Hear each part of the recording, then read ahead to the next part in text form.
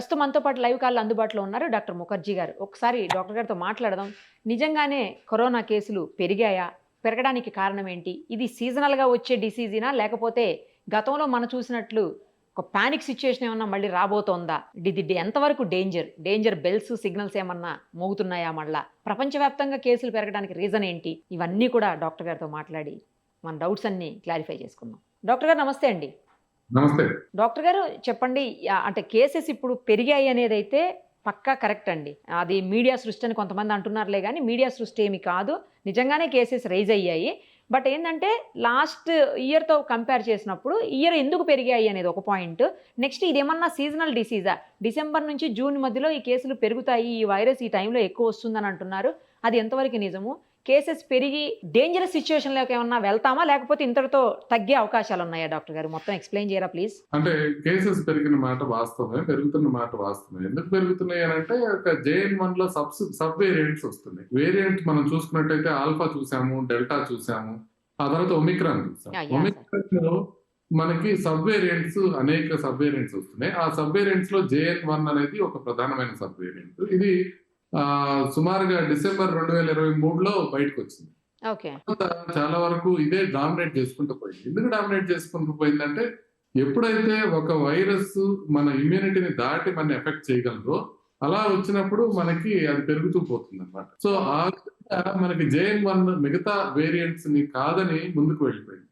అయితే అప్పటి నుంచి ఉన్న వైరస్ ఇప్పుడు ఈ సంవత్సరం దాని మీద ఇంట్రెస్ట్ ఎందుకు పెరిగిందంటే, సింగపూర్‌లోను, హాంకాంగ్‌లోను కేసెస్ పెరిగినాయని వాళ్ళు చెప్పటం, చైనాలోను, తైవాన్‌లో కూడా కేసెస్ పెరిగినాయని చెప్పడంతో పాటు హాంకాంగ్‌లో వాళ్ళేం చెప్పారంటే, ఒక 31 మంది సీరియస్‌గా ఉన్నారు, లేకపోతే మరణించారు అని చెప్పారు. అంటే ఓకే.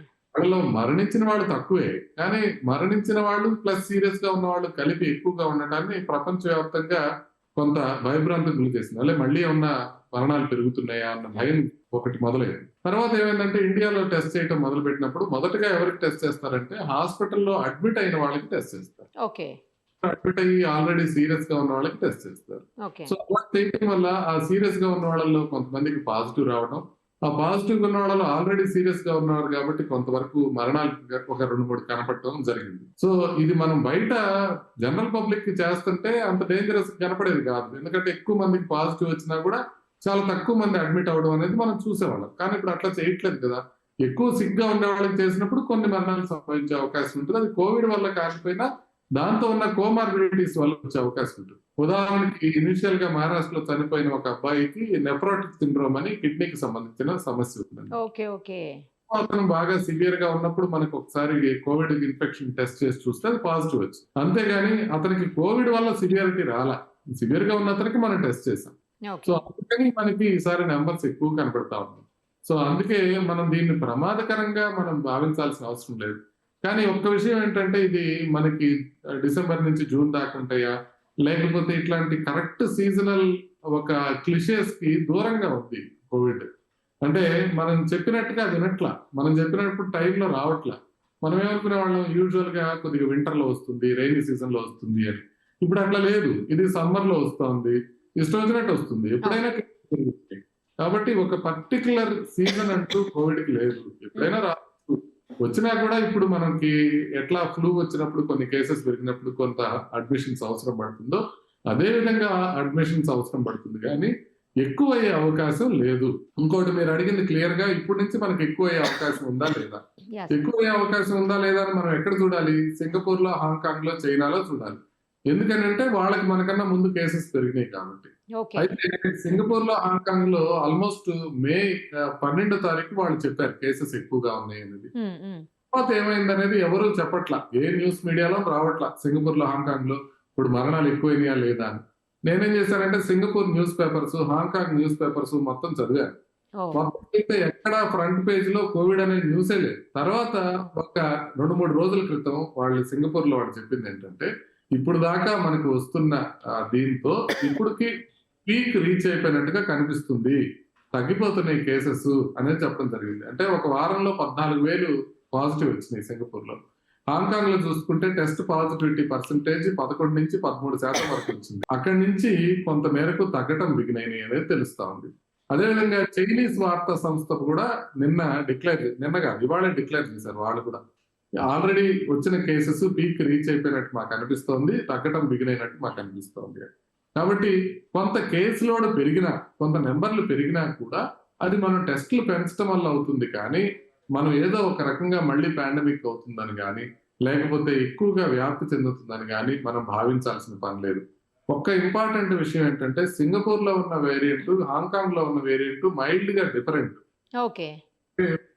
రెండు JN.1 సబ్ వేరియంట్స్ అయినప్పటికీ హాంకాంగ్ లో ఉన్నది ప్రధానంగా XBB అనే వేరియంట్, దాని నుంచి NB 1.8.1 అనేది వస్తుంది. సింగపూర్ లో ఉండేది ఏంటంటే LF7 అనేది వస్తుంది. NB 1.8.1 అనేది 2 కంట్రీస్ లో ఉంది. కాబట్టి కరెక్ట్ గా ప్రభుత్వం తరపున చూడాల్సింది ఏంటంటే, కొత్త వేరియంట్ ఏదైనా వచ్చే అవకాశం ఉందా, అదేమన్నా ప్రమాదకరంగా మారే అవకాశం ఉందా చూసుకోవాల్సిందే గానీ, ఇప్పుడు దాకా ఉన్న దాఖలాల ప్రకారం ఇన్సకాగ్ అనే మన గవర్నమెంట్ సంస్థ చేసిన పరిశోధనల ప్రకారం కూడా ఇది JN.1 వేరియంటే, ఇది ఒమిక్రాన్ సబ్ వేరియంటే, దీనివల్ల బాగా ప్రమాదమయ్యే అవకాశాలు చాలా చాలా చాలా తక్కువ. సార్ డాక్టర్ గారు ఒక విషయం క్లియర్గా చెప్పండి. ఇప్పుడు మళ్ళీ శానిటైజర్స్ లేకపోతే మాస్కులు వేసుకోవటం, లేదు అంటే ఎవరైతే ప్రెగ్నెంట్ ఉంటారో వాళ్ళు కానీ, చిన్న పిల్లలు, లేదు ఇతర ప్రాబ్లమ్స్ తోటి ఉండేవాళ్ళు, కోమార్బిడిటీస్ అంటాం కదా, అలాంటి వాటితో ఉండేవాళ్ళందరూ మళ్ళీ జాగ్రత్త పడాల్సిన అవసరం ఉందా? అలాగే వేరే దేశాలకు వెళ్ళినప్పుడు ఎలాంటి జాగ్రత్తలు తీసుకోవాలి? అంటే జాగ్రత్తగా ఉండాల్సిన అవసరం ఎప్పుడూ ఉంది. అంటే కోవిడ్ కాకపోతే ఫ్లూ కాకపోతే బర్డ్ ఫ్లూ, ఏదో ఒక వైరస్ మనకి తగులుతూనే ఉంటాయి కాబట్టి కొంత శానిటేషన్, బేసిక్ హైజీన్ పాటించడం అనేది ఎప్పుడు అవసరం. ఇకపోతే మాస్కులు ఎవరు పెట్టుకోవాలి అని అంటే, మనకి ఎవరికైతే జలుబు చేసిందో వాళ్ళు వరకు మాస్క్ పెట్టుకుంటే చాలు, వాళ్ళు స్ప్రెడ్ చేయకుండా ఉంటే చాలు. మొత్తం ప్రజానికం అంతా మాస్కులు పెట్టుకోవాల్సిన అవసరం ఏం లేదు.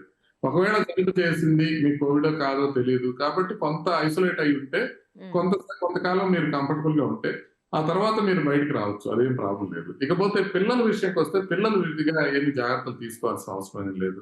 ప్రెగ్నెంట్ లేడీస్ కానివ్వండి, లేకపోతే బాగా ఏజ్డ్ గా ఉండి మల్టిపుల్ కోమార్బిడిటీస్ ఉన్నవాళ్ళు, అంటే బీపీ, షుగర్, కొలెస్ట్రాల్ కాకుండా గుండె జబ్బులు, కిడ్నీ జబ్బులు, క్యాన్సర్లు, HIV ఇలాంటివి ఉన్నవాళ్ళు మాత్రం కొంత కేర్ఫుల్ గా ఉండాల్సిన అవసరం ఉంది. ఎందుకంటే మనకి ఇంకా ఇవాల్వింగ్ సిచ్యుయేషన్ ఉంది కాబట్టి, ఇంకా కంప్లీట్ గా దీనికి మనకు దాఖలాలు తెలియదు కాబట్టి ఏ రకంగా మూవ్ అవుతుందో కొంచెం జాగ్రత్తలు తీసుకుంటే తప్పేం లేదు. అంటే ముందు వరుసలో ఎప్పుడు కూడా సీరియస్ రిస్క్ ఉన్న వాళ్ళు ఉండకూడదు అని నేను అనేది. మామూలుగా యూత్ అందరూ మామూలుగానే ఎదురుకి తెచ్చుకుంటూ ఉంటారు దాన్ని ముందుగా బయట తిరిగి.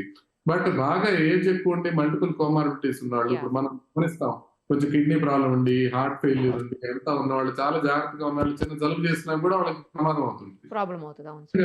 ఈ కోవిడ్ కూడా చిన్న ప్రాబ్లం వచ్చినా కూడా అది పెద్దదిగా పరిణమించకుండా ఉండటానికి వీళ్ళు కొంత కోమార్బిడిటీస్ ఉన్నవాళ్ళు కొన్ని రోజులు జాగ్రత్తగా ఉంటే సరిపోతుంది. మోస్ట్ ప్రాబ్లీ నెక్స్ట్ 10 days లో ఇది కంప్లీట్ క్లారిటీ వచ్చేస్తుంది.